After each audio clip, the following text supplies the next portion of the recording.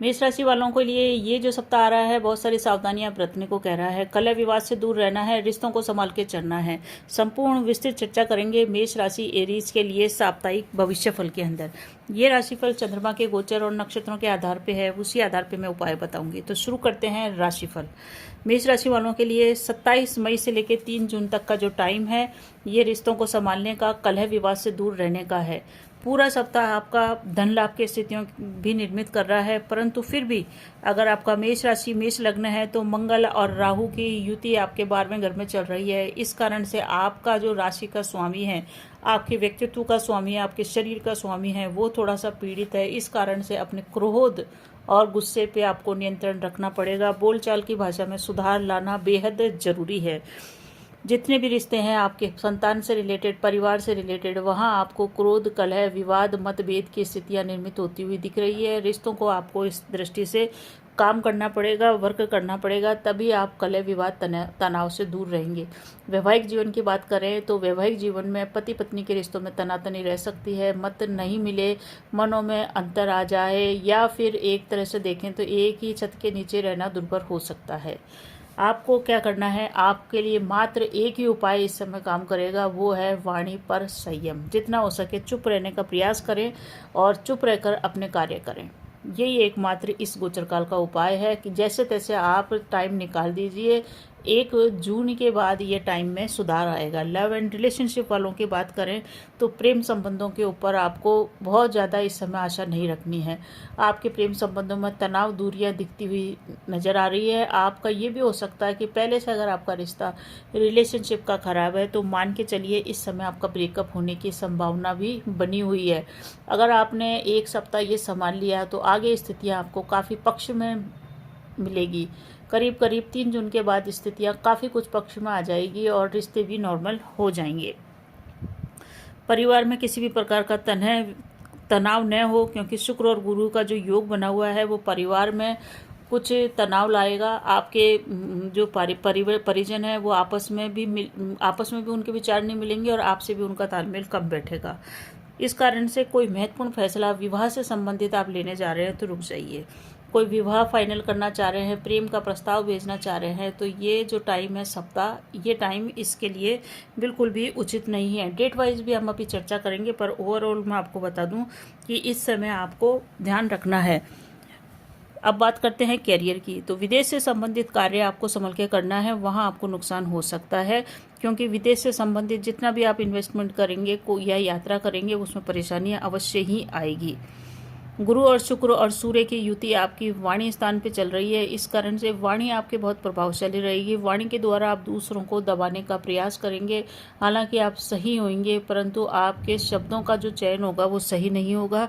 इस कारण से प्रभावशाली वाणी होते हुए भी 1 सप्ताह के बाद आपको इसी प्रभावशाली वाणी के कारण परेशानी आ सकती है, इसलिए अपनी वाणी में मधुरता रखें। जॉब से रिलेटेड कार्य अवश्य ही बनेंगे। जॉब के लिए आप अभी तक धन कमाने के रास्ते आपको तलाश नहीं हो पा रहे थे, तो ये जो गोचर आ रहा है 1 सप्ताह का, इस समय आपको धन की दृष्टि से कुछ न कुछ शुभ सूचनाएं प्राप्त होगी और आपके दिमाग में इतने सारे धन कमाने के आइडिया आएंगे कि उस रास्ते पर आप अकेले ही चलना पसंद करेंगे, पार्टनरशिप में नहीं। क्योंकि पार्टनरशिप में इस समय आपका पार्टनर से तालमेल बैठने में परेशानी आ रही है। आपको जो भी निर्णय व्यापार से संबंधित करने हैं, आप अपने स्वयं के पराक्रम और स्वयं के विवेक से करें, आपको लाभ होगा।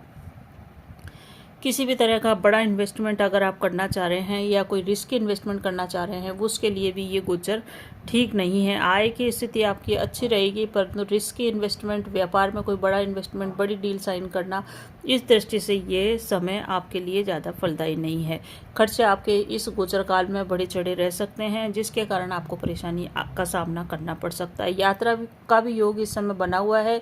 जितनी भी यात्रा अगर आप करने की प्लान कर रहे हैं, परिजनों के साथ घूमने का प्लान कर रहे हैं, कहीं घूमने जाना है, धार्मिक स्थान पे जाना है, तो वो यात्रा आपके लिए कलह और तनाव का कारण बनेगी। ऐसी यात्रा न करें जो सिर्फ घूमने मनोरंजन के पर्पज से की जा रही है। परंतु अगर आप स्टडी के लिए यात्रा कर रहे हैं, व्यापार के लिए यात्रा कर रहे हैं, बिजनेस ट्रिप कर रहे हैं, तो ये आपके लिए काफ़ी फलदायी रहेगी और आपको कई तरह के इस समय रास्ते भी मिलेंगे और आपको इससे अनुभव इतना अच्छा प्राप्त होएगा कि आपके ये जून का महीना इसका यात्रा का लाभ आपको देता हुआ नजर आएगा।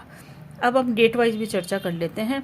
इस समय अगर आपका जो चंद्रमा की स्थिति देखें तो चंद्रमा की स्थिति सभी के लिए, जितने भी मेष राशि मेष लग्न वालों के लिए है, उनके लिए नकारात्मक जो दिन है वो 29, 30 और 31 है। इस समय आपको थोड़ा सा ध्यान रखना है। बाकी 27 मई की बात करें तो 27 मई को आपको यात्रा से लाभ होएगा। अच्छा है समय ये आपके लिए, यात्रा से लाभ होएगा। माता पिता से आपका तालमेल अच्छा बैठेगा, प्रमोशन हो सकता है, शिक्षा में लाभ प्राप्त होगा। गुप्त शत्रु जागृत होंगे परंतु वो समस्त नष्ट होंगे। सरकारी काम बन सकते हैं। तो 27 तारीख का दिन आपके लिए फेवरेबल है। 28 और 29 की बात करें तो बंद व्यापार शुरू करना चाहते हैं, उसके लिए 28 और 29 का दिन अच्छा है। राजनीति में है तो राजनीति वालों को अपनी भाषा पे नियंत्रण रखना है, भाषा का चुनाव सही तरीके से करना है। कोई गुड न्यूज़ व्यापार से रिलेटेड आपको मिल सकती है।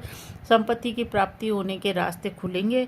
स्वास्थ्य इस समय आपका नरम रह सकता है, पिता का स्वास्थ्य सही रहेगा। कार्य क्षेत्र में सफलता मिलेगी। तो एक तरह से देखें तो 28 और 29 का जो दिन है रिश्तों के हिसाब से तो सही नहीं है परंतु कार्य क्षेत्र के हिसाब से बहुत अच्छा है।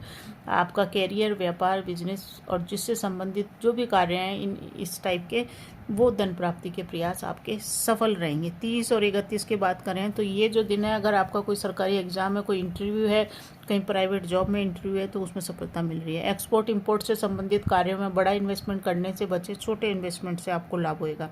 बड़े भाई से संबंध थोड़े से खराब चल रहे थे, वो उसको सुधारने के लिए ये दिन सही है। दोनों दिन 30 और 31। रुका धन प्राप्त करना चाहते हैं तो उसके लिए आप प्रयास कीजिए। उधार दिया हुआ धन वापस प्राप्त करना चाहते हैं तो प्रयास कीजिए, आपके प्रयास सार्थक होंगे। कुल मिला के देखें कि धन की दृष्टि से 30-31 के दोनों दिन बहुत ही बढ़िया व्यतीत होने जा रहे हैं। विदेश में कोई यात्रा करना चाहते हैं, शिक्षा को लेके, कैरियर को लेके, बिजनेस को लेके फलदायी होगी, आप अवश्य करें। इंक्रीमेंट इस समय आ सकता है, इनकम अच्छी रहेगी। लव एंड रिलेशनशिप की बात करें तो आपकी वाणी के तालमेल से लव एंड रिलेशनशिप 30-31 तारीख को नॉर्मल रह सकता है। बाकी वैवाहिक जीवन भी इस समय 30-31 तारीख को आप संभाल लेंगे परंतु फिर भी ज़्यादा एक्सेप्टेशन आप न करें। स्टूडेंट्स के लिए पढ़ाई में मन लगाना बेहद ज़रूरी है। जो भी व्यक्ति मेष राशि मेष लग्न वाले हैं, कर्ज प्राप्त करना चाहते हैं, कर्ज द्वारा कोई व्यापार स्टार्ट करना चाहते हैं, उन लोगों को आसानी से कर्ज मिल सकता है। 1, 2, 3 की तारीख की बात करें तो ये टाइम आपके लिए नकारात्मक है। अस्थिरता रहेगी, मन में भटकाव रहेगा। कोई भी बड़ा इन्वेस्टमेंट आप कर रहे हैं तो शांति से करें, पूछ-पाछ के करें, देखभाल के करें, हो सके तो न करें। गुप्त शत्रु इस समय आपको परेशान करेंगे। आपके संग फ्रॉड हो सकता है, छल हो सकता है, चीटिंग हो सकती है, दोनों ही क्षेत्रों में, रिश्तों के अंदर भी और व्यापार, बिजनेस और नौकरी में, वर्क प्लेस पे भी इस समय आपको बहुत ही ध्यान रहना है। कोर्ट कचहरी से संबंधित मामला अगर चल रहा है तो आपके खिलाफ ये मामला जा सकता है। आपको इस समय कोर्ट कचहरी के मामले की डेट अगर आगे बढ़ाना चाहते हैं तो बढ़ा लीजिए। बाकी कार्य क्षेत्र में भी थोड़ा सा आपको सावधानी के साथ चलना पड़ेगा। बैक बाइटिंग हो सकती है। वर्क प्लेस पे अधिकारी की नज़रों में न आए, अपना कार्य अपडेट करके रखें। अब बात करते हैं उपाय की। क्या उपाय करके आप फ़ायदा प्राप्त कर सकते हैं। ये जो गोचर हो रहा है रिश्तों के हिसाब से थोड़ा सा नकारात्मक है, उसको आप सही करने के लिए हनुमान जी की आराधना अवश्य करें। हनुमान अष्टक का पाठ करें और हनुमान जी को प्रतिदिन कुछ न कुछ आप मीठा अर्पित करें और हनुमान चालीसा का पाठ प्रातः उठते ही बिस्तर पे ही आंख बंद किए करें। उसके बाद ही अपने दिन की शुरुआत करें। दूसरा यह है कि राहु को कंट्रोल में करना बेहद जरूरी है। इसके लिए गणेश आराधना करें। बुधवार को भगवान गणेश को मोदक और दुर्वा का भोग अवश्य लगाएं। माफ़ कीजिए, गाय की सेवा करने से भी राहु कंट्रोल में रहेगा। तो इन उपायों को अवश्य ही कीजिए, आपको फ़ायदा होगा। बने रहिए चैनल पर। अभी तक चैनल सब्सक्राइब नहीं किया तो प्लीज़ मेरे चैनल को सब्सक्राइब कीजिए। धन्यवाद।